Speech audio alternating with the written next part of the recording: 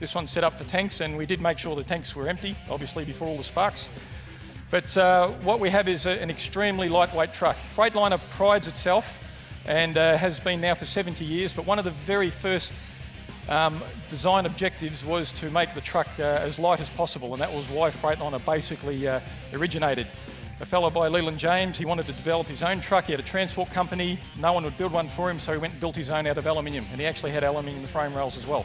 So that's been with the company all of those years. That was back in 1942, and here we are today still trying to make the truck as light as possible. Obviously, the objective of a truck and the benefit is to move freight and move as much of it as possible. So we've got a very lightweight truck, very good for fuel and these sort of applications, and we've still got the strength in the cab, passes all the cab crashworthiness standards, and that's done with a monocoque design cabin frame, and that's how we get away with maintaining the strength, which exceeds all those tests, and it has very good integrity. We don't have fretting or anything like that because we have hem rod rivets that hold the cab together, and we can achieve this extremely light tear weight.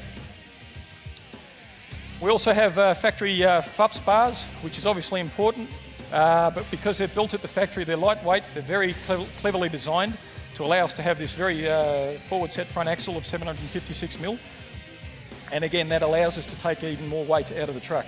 The ride and handling on this 114 is just superb, and that's been achieved with the dual steering box setup that we have at the moment, so you're not sort of trying to chase yourself as you're going down the road.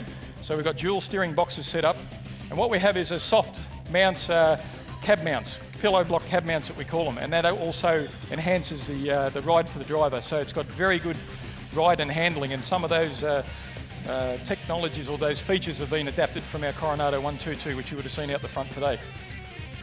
Visibility is excellent in this truck. It has a great bonnet, as you can see, but it's got a very lowered dash, and it's been set up specifically for very good visibility, and it's not that old style aeroplane dash that has been around sort of many, many years ago. So Freightliner moved on from that, and they've developed the dash that we have here today. So tremendous visibility.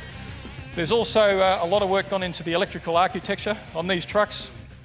We've got what we call E-rail technology, and that isolates the loom and everything from all sort of chafing, etc. And we've also got a power box distribution setup, which obviously just makes it very simple, and it protects all of the connections between the chassis and the cabin.